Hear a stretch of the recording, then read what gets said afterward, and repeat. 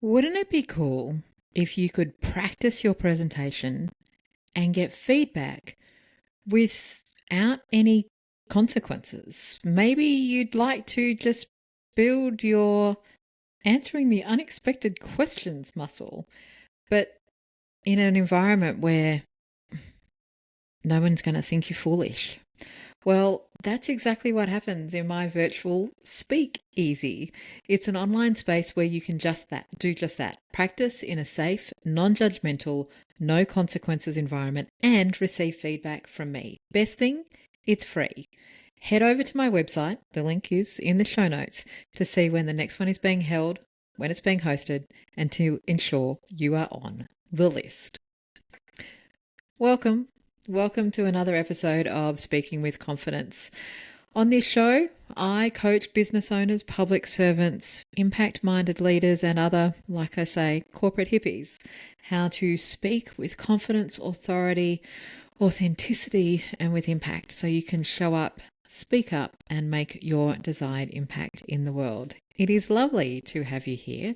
And on today's episode, I'm answering an interesting question about practice. How do you practice your speech?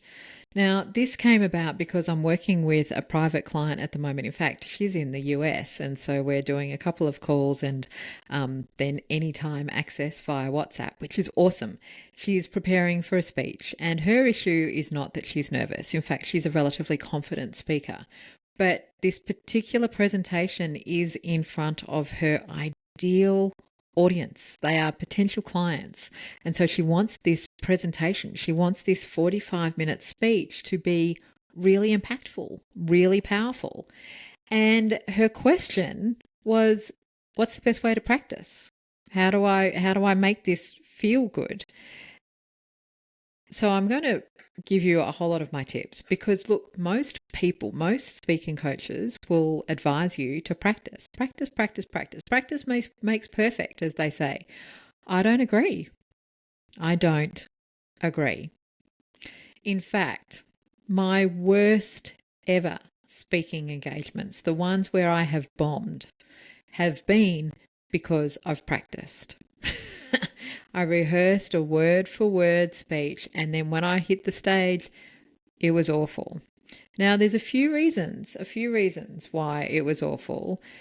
For me, one of the reasons is because I'd lost all emotional connection to what I was saying, but I also lost emotional connection to my audience. With a rehearsed speech, I was far more focused on the words that came next, as distinct to being present, landing, and connecting with my audience. The other thing that happens when we rehearse a written speech is that we are focusing on the words, and we write differently to how we speak. And so when you are practicing, when you are reading your script over and over and over again, what you're practicing, what you're programming, what you're putting into your neural pathways is the written format of what you want to say, not necessarily an emotionally connected, present conversation with your audience. So for me, when I practice too much, I feel really robotic. I'm too in my head. And I actually find myself, because it becomes so familiar, I'm thinking, did I just say this? Am I repeating myself? So it's awful. It's awful. I also think that one of the reasons why people tell us to practice is because we're looking for all of those different verbal, rhetorical mechanics that make us sound more professional or impactful. Whenever I think of the question, how do I be more impactful? I can't help but think of Martin Luther King's I Had a Dream speech. Now, I went and had a look at how that speech came about, and yes, the day that he delivered that particular speech, he had a written speech, but that section that is famous, was not written. It was ad-libbed. Now, he had been delivering variations of that script for quite a long time in a variety of different audiences. So he had the pathos, the logos, the ethos. He had it all down pat. And then at that particular day with that particular audience, he went off script. And what we now think of, what we now conjure in our minds, the footage that we see when we think of that "I had a dream" speech, was King going off script. The practice that he'd done, the familiarity that he'd done, was on his messaging, was on his storytelling, was on his impassioned pleas and calls to action. So I think that's really important to remember, because when we're practicing our written speeches, that's not where the juice comes from. That's not where the power comes from. King was so impassioned, so powerful in that particular speech, because he had been saying the same message, not necessarily the same words, but the same message over and over and over again. And he had been receiving audience feedback and encouragement and cheering. And so the essence of what he was saying was so familiar to him, so that when he did go off script, that emotional connection was there. His ability to paint the picture, his ability to talk in those beautiful rhythmic sentences, that happened because of the familiarity with the content, not because he had practiced the speech per se. Can you see the distinction? Or can you hear the distinction? So instead of practicing your speech, there are other things that you practice.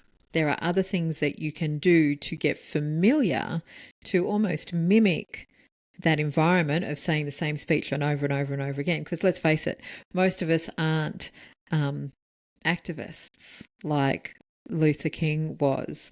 We're not going to have the opportunity to deliver the same kind of speech over and over and over and over and over again. Most of us have one shot. Most of us need to deliver, or at least we feel like we're delivering this one speech one time, and we want it to be awesome. So how do we do that in a way that is still as emotionally connected, is still powerful, is still rehearsed, and we're comfortable with it, but without it being robotic, without losing that emotional connection to the audience, and without us having that doubt in our mind on stage of going, oh, did I just say that? In recent episodes, I've talked about having a standard start. And so my first piece is practice your start. Practice the first couple of moments or minutes. Be really clear on how you are starting, whether it's a "Hi, I'm Kat," or whether you've got two questions for the audience, who here, who here. Be practiced and well-versed in that. There's a couple of reasons for that. First of all, a strong start will set you up well with your audience, but it will also set you up as well in terms of your nerves. If you hit the stage and you're a little bit fumbly or nervous or ummy and ahry, then the internal dialogue will kick in while you move into your next part, and you're going, oh, I really fudged that. That was terrible. Oh my goodness, I'm so boring. Whereas if you start powerfully, if you start as you intend, then you'll feel better. So practice the first couple of minutes. Again, not a memorized speech, not a memorized script, but being really clear on how you're going to start and having that feel familiar in your body. If if you're using hand gestures, just practice that. Get familiar with how all of that works. On that, I actually don't recommend to my clients that they practice in the mirror, because I think that makes us more self-conscious and more awkward. We're focusing on what we look like, but we're focusing on what we look like from a hypercritical perspective, because we're always hypercritical of how we look. if you just be yourself and practice your hand gestures, practice your body movements, you authentically will just be who you are on stage on the day. The other thing that I recommend that you practice, and rather than practice, perhaps this is more of think through and talk through your stories. Talk through your stories to yourself.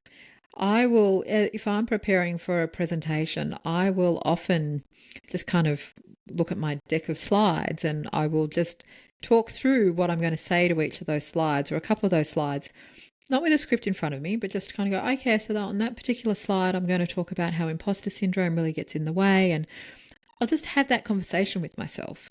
It's more getting present to the key messages rather than practicing the specific words. If you've got particular stories that are either emotional or that you want to tell them in a way that they really land, then yes, also practice telling those stories so they're familiar in your mouth. But again, it's not a word for word thing. It's just tell the story as if you were telling a mate, as if you were telling a friend. Another recommendation that I have is practice your transitions. So in any presentation, you've got transitions from one message to the next. Practice those. Again, what it does is it helps your nerves. If you're feeling like you might forget what you're going to say, then practicing your transitions will help you move from one message, one segment, one part to the next. It also makes for a more enjoyable experience for your audience. One of the things I like to remind you is that if you are on stage talking about something, you know the content. You're not talking about something that you don't know. So you don't actually need to practice the content as much. It's more setting yourself up with familiarity to move through the key messages of your presentation. The other thing that I do is I practice just by thinking out loud with my key messages. So I will just chat with myself. Regular listeners will know that I often chat to myself when I'm out for my walk. I will just talk to myself about what it is that I want to say. And I will imagine my audience in front of me, and I'm getting really clear on who they are and why they're in the room and why they're listening to me and how I can best be of service to them. And so then I will just practice my key messages in that way, practice those key stories by thinking out loud. Again, all I'm doing here is getting familiar with the stories as distinct to practicing my speech. And then the final thing that I recommend that you might want to practice if you feel like you need to practice is your closing statement and your call to action. Now, for many of us, we're business owners and our call to action might be a sales pitch. It might be an invitation to a webinar. It might be an invitation to a call. And so what practicing our call to action does is it gets what is often that awkward, please buy from me pitch familiar in our mouth. And it means that you land those final moments of your presentation stronger than if you weren't familiar with that, because it's one of those parts that we don't like. We often find it really uncomfortable to sell. If you don't have a sales-orientated call to action, but you do want people to take action, you want people to do something, get really clear on what that thing is, get really clear on what that process is going to look like. Scan this QR code, leave your name here, sign up to this website, whatever it is. Have that process as simple and as clear as possible for your audience. And then practice talking that process through in a way that leaves your audience with really clear instructions on what you want them to do. One of the biggest mistakes that I see speakers make with their calls to action is that they're too convoluted, they're too detailed, or they just don't make sense. And so you've just captivated your audience for 30 minutes and you've lost the opportunity to move them into the next piece because you weren't clear on what they needed to do. So be clear on that piece. But other than that, don't practice. Don't practice. Certainly don't practice reading your speech.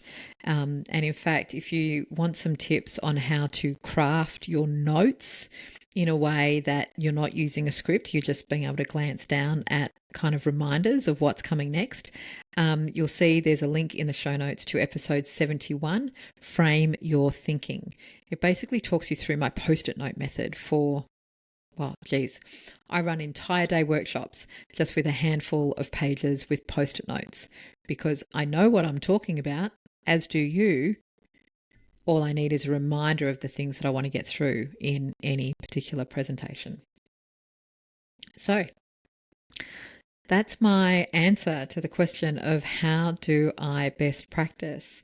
Now, I do offer the opportunity for you to practice in a safe environment where there's no consequences, there's no judgment, no colleagues to do anything. It's literally a safe space.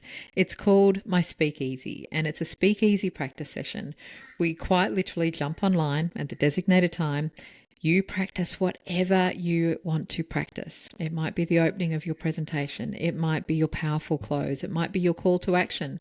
Or maybe you want to practice answering unanticipated questions.